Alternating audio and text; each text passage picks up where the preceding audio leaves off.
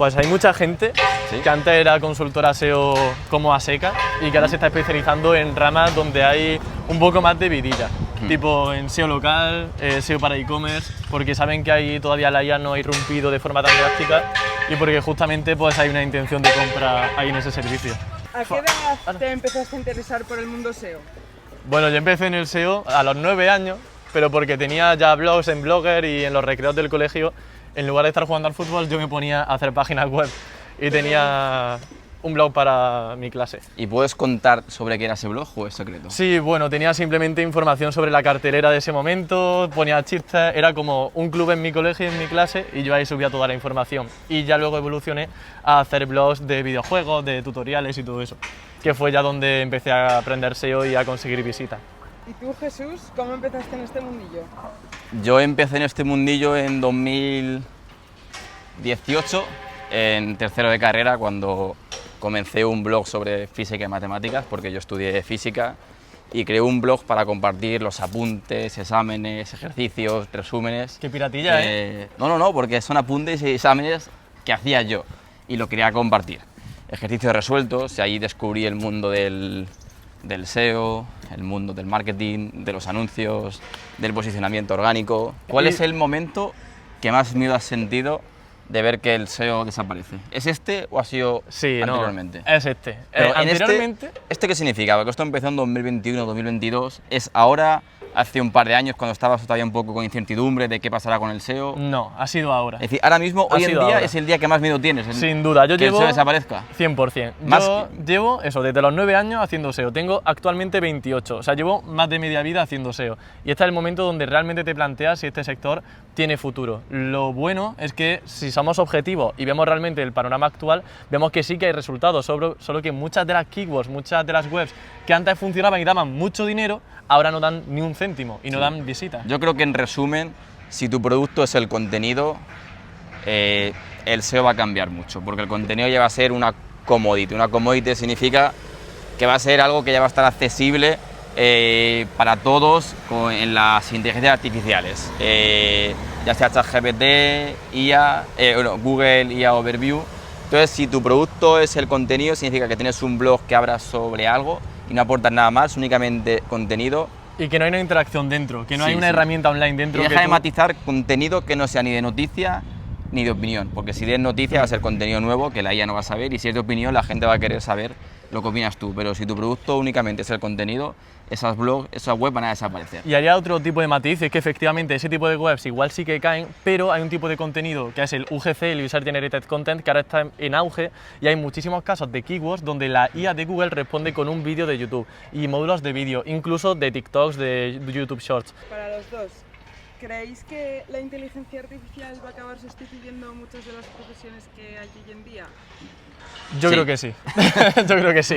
Podemos decir que no, intentar tener una mente un poco más optimista, pero estamos viendo una evolución increíble en un año, en 2 años, que va a pasar sobre de aquí todo a 5. en nuestro ámbito del SEO, emprender, marketing digital, hay muchas acciones que ya se hace la IA y que si el profesional usa la IA es más competente y entonces va a tener más ventaja sobre aquellos que no la usan. También seremos más tontos y redactar un correo nos costará más. Sí, todo lo que dice la gente que va a ser malo, yo sinceramente creo que va a suceder. Hala. ¿Nos habrán puesto merchandising de SearchLab dentro del hotel?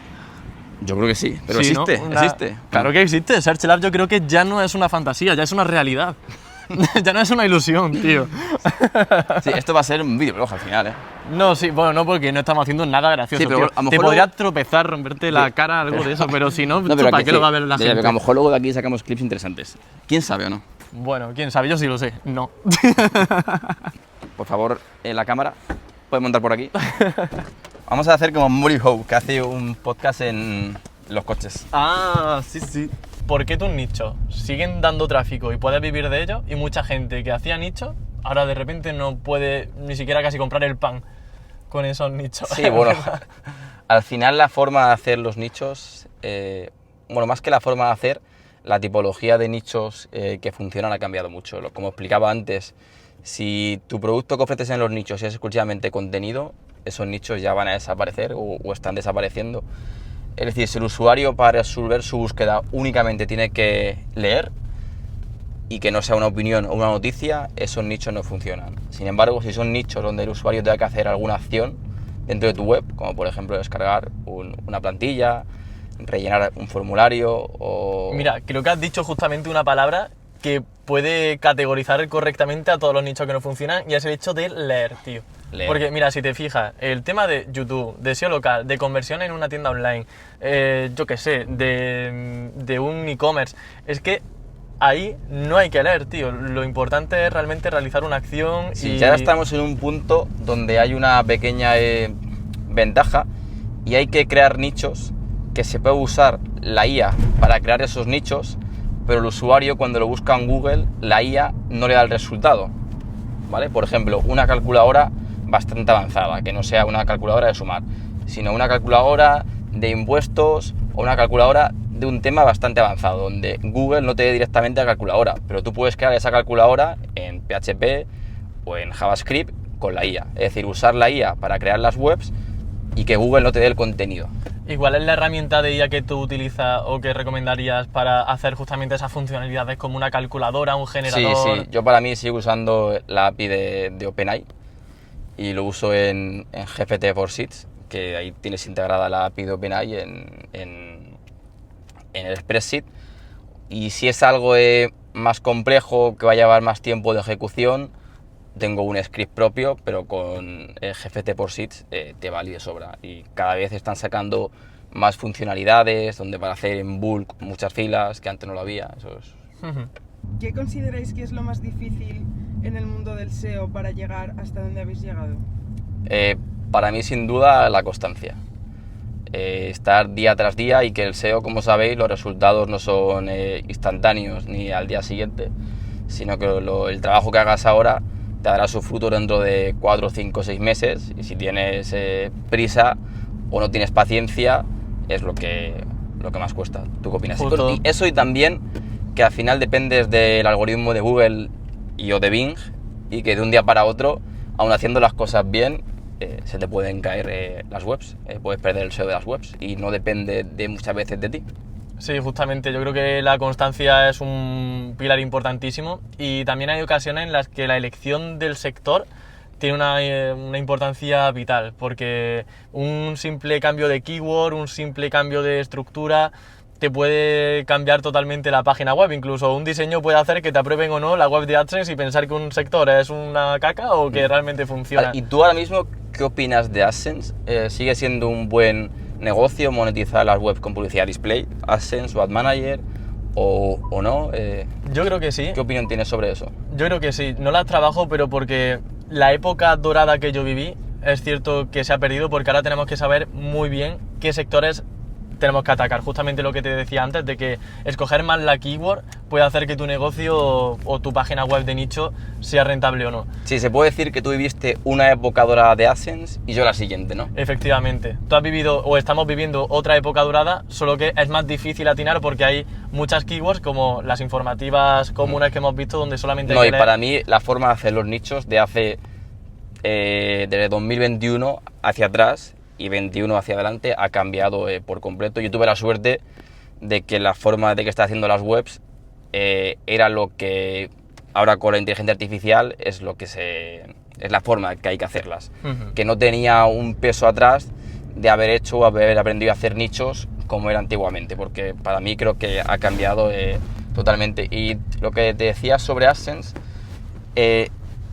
yo creo que seguir monetizando las webs con publicidad display como es AdSense o Ad Manager es muy buena opción, y sobre todo es muy rentable, porque únicamente poniendo el código de JavaScript en tu web ya te muestra anuncios, pero no siempre es la que genera más ingresos, porque si son webs que, como decíamos, que no pueden ser informativas, sino que tienen que ser transaccionales, lo que Álvaro Chuiso dice call to click, muchas veces puedes sacar un producto, un SaaS, buscar una afiliación para monetizar tus webs con otra forma que no sea publicidad display y montar directamente un negocio ahí, pero la cosa es que no es tan escalable, porque no puedes hacer 1000 negocios. Entonces hay una pequeña balanza. Sí, digamos que lo importante es conseguir la comunidad, ¿no? Una vez tienes la comunidad, las posibilidades de monetización van mucho más allá. Si tienes de AdSense. tráfico, tienes el negocio. Ya puedes monetizar el tráfico con publicidad o creando tú un producto, un SaaS o lo que quieras. Pero lo importante es tener el tráfico y hay vida más allá de AdSense y eso. Sí, es que de hecho un nicho, por ejemplo, que se trabaje muy bien de receta, dime por qué solamente se tendría que trabajar AdSense. Se pueden publicar libros de recetas, Claro. se puede hacer incluso una comunidad privada con clases de cocina, con grandes expertos, con chefs. Realmente las oportunidades son muy grandes. Pero sí que verás que AdSense es lo más cómodo. Sí, claro, y por AdSense comodidad. te permite tener 1000 webs activas en AdSense. No se puede tener 1000 negocios, 1000 SaaS, pero sí que te permite tener 1000 webs activas en AdSense. También es muy importante sobre AdSense, es que muchas veces la publicidad display interfiere, perjudica la experiencia de usuario y eso puede ir en contra del SEO.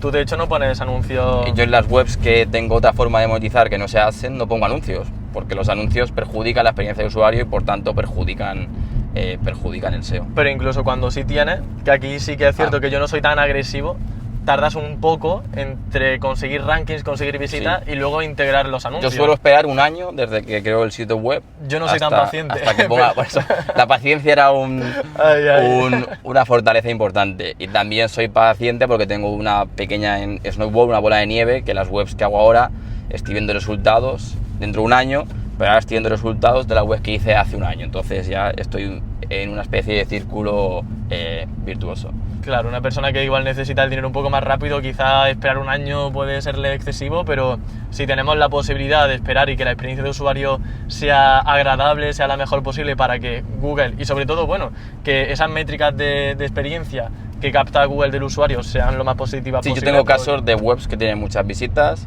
he puesto AdSense en modo agresivo y ha caído el SEO y han caído las visitas, porque al final he destrozado, por así decirlo, la experiencia de usuario y el usuario no ha resuelto su búsqueda y Google premia que el usuario resuelva su búsqueda. No va a dar visibilidad a una web donde el usuario no resuelve su intención de búsqueda. Yo recuerdo una web que tuvo un CTR de cerca o más del 30%, pero era una barbaridad, tenía un diseño web roto, entonces el contenido como que no se sabía muy bien cuál era incluso la barra lateral, no se sabía muy bien dónde estaba el banner, y eso fue hace años que Google no lo penalizaba tanto. Pero esa web, sin embargo, como bien dices, de un día para otro recibió una penalización y cayó. Entonces fue muy bien durante un tiempo limitado, solo que después pues hubo que volver un poquito hacia atrás en ese sentido.